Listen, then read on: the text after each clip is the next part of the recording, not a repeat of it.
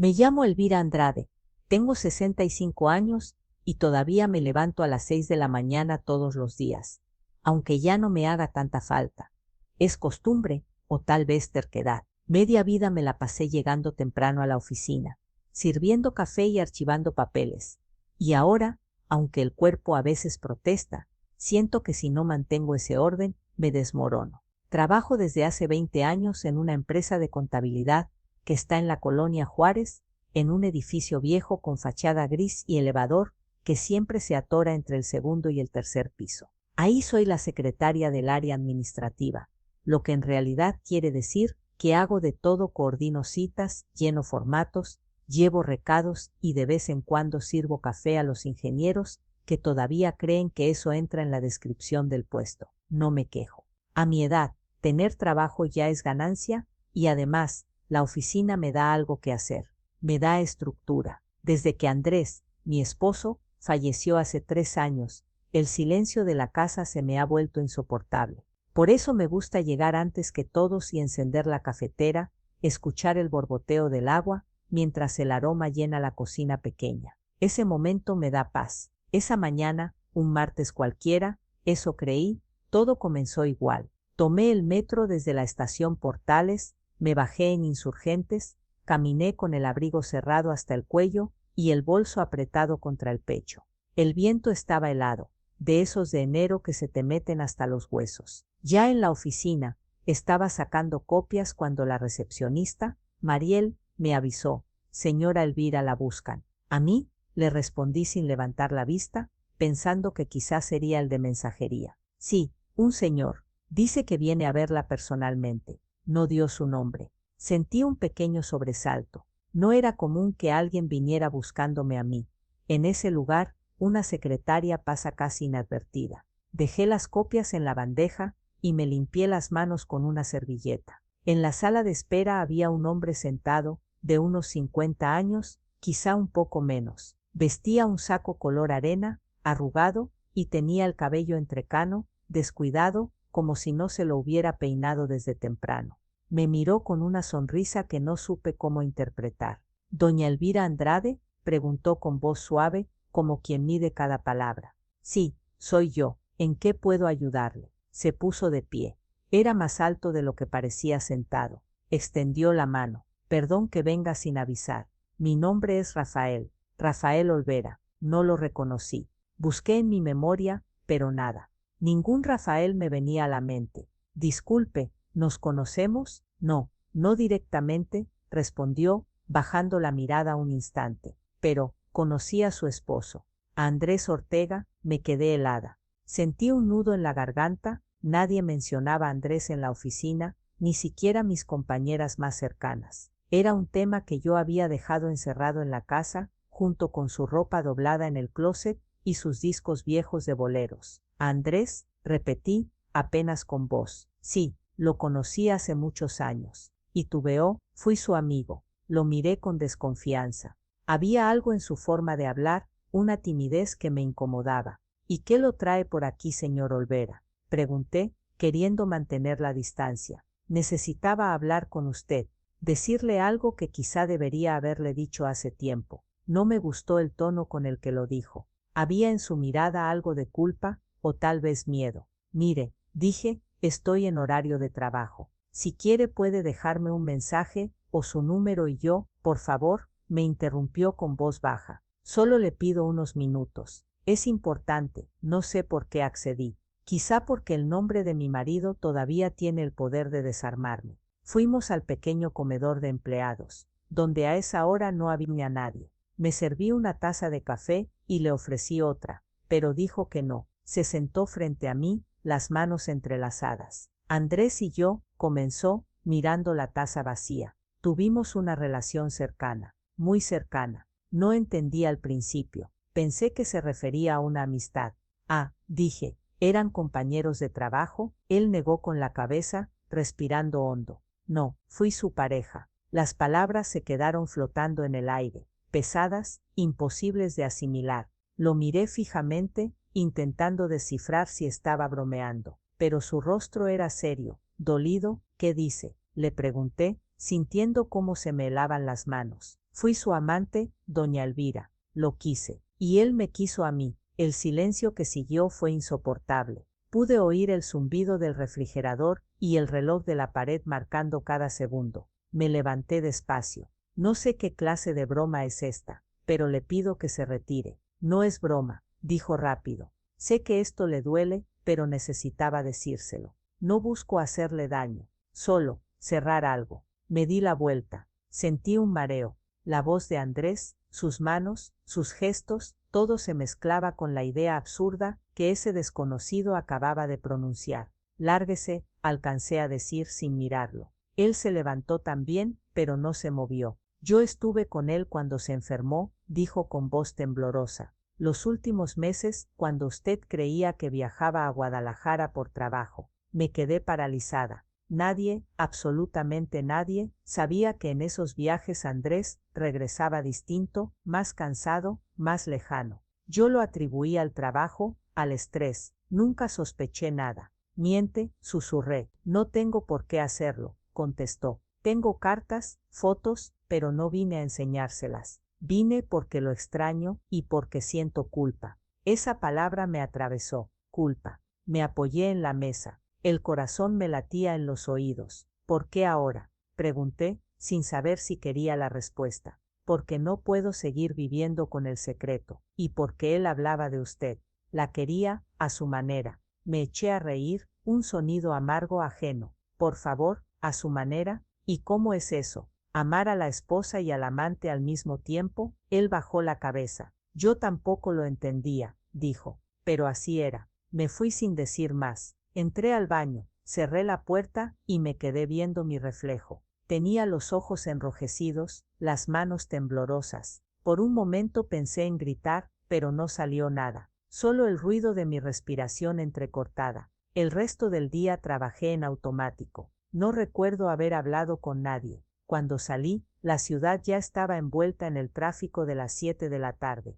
Caminé por Reforma sin rumbo fijo, hasta que me di cuenta de que había pasado mi parada del Metrobús. Esa noche, al llegar a casa, no encendí la televisión como siempre. Me senté en la mecedora del comedor, mirando las fotos sobre la repisa. En una de ellas, Andrés sonreía en la playa de Acapulco, con los pies en la arena y el cabello revuelto por el viento. ¿Qué hiciste, Andrés?, murmuré. Pasé los siguientes días en una especie de niebla. En la oficina fingí normalidad, pero cada vez que sonaba el teléfono, temía que fuera él, Rafael. Y lo fue. El viernes, a la hora de la comida. Doña Elvira, dijo con voz pausada, sé que no tiene razones para hablar conmigo, pero quería disculparme. Si quiere, podemos vernos solo una vez más. Si no, lo entenderé. Pensé en colgarle, pero había algo en su tono que me desarmó. ¿Dónde?, pregunté, sin reconocer mi propia voz. Hay una cafetería en la colonia Roma, el Jardín del Tiempo. Podría explicarle todo.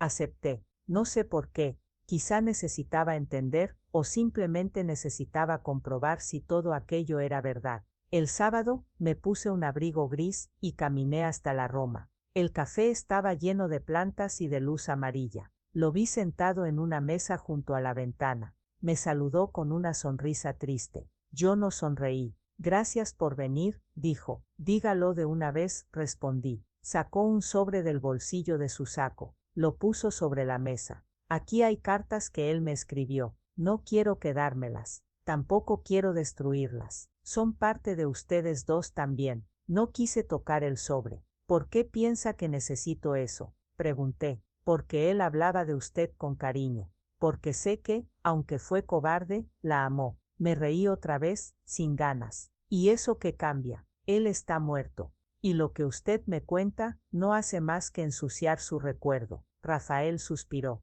No, lo humaniza. Todos tenemos secretos, doña Elvira. Yo solo vine a contarle el mío. Nos quedamos en silencio. Afuera, un vendedor ambulante tocaba el acordeón. El sonido era melancólico, como una despedida. ¿Cómo se conocieron?, pregunté al fin. Él sonrió, apenas. En un curso de capacitación. Yo trabajaba en una sucursal de la empresa donde él era gerente.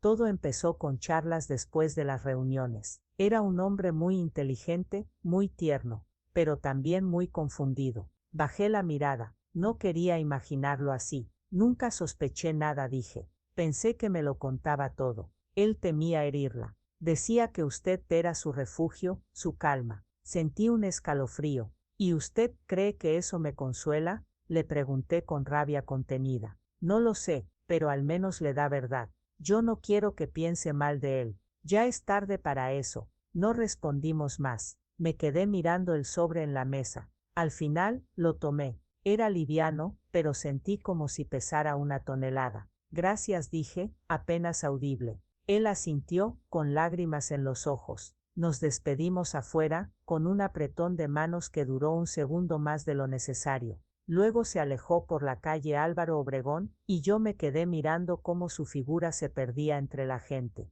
Esa noche, abrí el sobre. Había 3 cartas escritas con la letra de Andrés. Reconocí los trazos, el modo en que siempre hacía la G como un lazo torcido. La primera comenzaba así.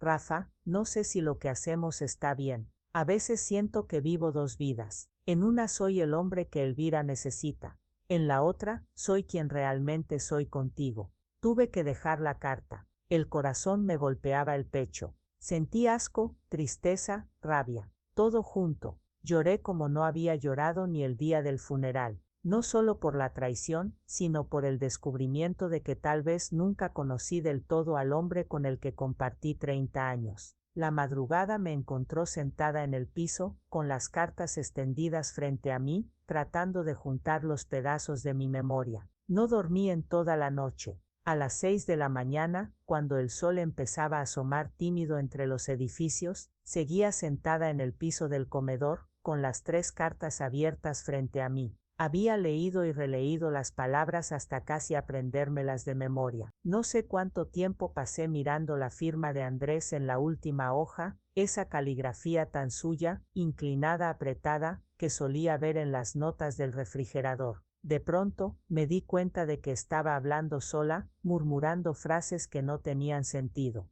Me asusté un poco. Fui a la cocina y puse agua a calentar. Hice café. El aroma llenó el aire, pero no tuvo el mismo efecto de siempre. No me tranquilizó. Sentí que el olor a café me traía los años de rutina compartida, los desayunos en silencio, los domingos de mercado, las veces que él decía te quiero, viejita, mientras me acariciaba la espalda. Y ahora esas palabras parecían venidas de otro mundo. Me pregunté si alguna vez me había mentido mirándome a los ojos. Si cuando me decía que me amaba lo hacía también pensando en ese hombre, en Rafael. No fui a trabajar ese día. Llamé a Mariel y le inventé que tenía fiebre. No era mentira del todo, sentía el cuerpo caliente, como si me ardiera por dentro. Pasé la mañana viendo por la ventana. A media tarde tomé las cartas y las guardé en una caja de zapatos, junto con el acta de defunción de Andrés y unas fotos viejas. Luego cerré la caja y la metí en el closet, en el rincón más alto, donde casi nunca alcanzo. Pensé que así se acabaría el asunto, pero no. Esa noche soñé con él. Lo vi joven, como cuando recién nos casamos, con el bigote recortado y esa sonrisa traviesa. En el sueño, me tendía la mano, pero al tocarla se deshacía, como polvo. Desperté empapada en sudor. Los días siguientes fueron pesados. Todo me irritaba. En la oficina, las voces me parecían más ruidosas, los timbres del teléfono más insistentes. Ni siquiera el café me sabía bien. Mariel notó algo, pero no me atreví a contarle. ¿Qué iba a decirle? Resulta que mi esposo me engañó con un hombre. No, esas cosas no se cuentan así nada más. Una tarde al salir del trabajo, decidí pasar por el Panteón francés. No lo hacía desde el aniversario del fallecimiento. Llevé unas flores blancas, las que siempre le gustaron. Caminé entre las lápidas hasta llegar a la suya. Andrés Ortega, 19572022, siempre en nuestros corazones. Le hablé en voz baja, sintiéndome ridícula. ¿Por qué, Andrés? ¿Por qué no me lo dijiste? Susurré. ¿Por qué dejaste que me enterara así? No hubo respuesta, claro. Solo el murmullo de los árboles y un viento frío que me despeinó el cabello. Me quedé ahí mucho rato, hasta que el velador me dijo que iban a cerrar. Esa noche, al llegar a casa, había un sobre bajo la puerta. Reconocí la letra. Era de Rafael. Decía doña Elvira, no quiero molestarla más. Solo quería darle algo que creo que le pertenece. Andrés grabó esto poco antes de morir. Lo tenía guardado en una memoria USB. No supe si debía dárselo, pero ahora siento que sí. Perdóneme si cruzo una línea. Dentro del sobre venía una pequeña memoria negra. Me quedé un buen rato viéndola sobre la mesa. No sabía si tenía el valor de abrirla. Al final, lo hice. La conecté a la computadora y había un solo archivo de audio, con fecha de 3 semanas antes de que Andrés muriera. Le di play. Al principio se escuchó un silencio, luego su voz. Esa voz que conocía también, ronca, pausada. Si estás escuchando esto, es porque ya no estoy. No sé quién lo escuchará primero, si Rafael o Elvira. Tal vez ninguno de los dos. Pero necesito dejar esto dicho. No fui valiente. Viví con miedo, con culpa, con amor a medias. Amé a 2 personas al mismo tiempo, y eso me destruyó. A Elvira le debo mi vida entera. Sin ella, no habría tenido hogar. A Rafael, le debo haberme encontrado a mí mismo. No supe cómo conciliar ambas cosas. Perdón.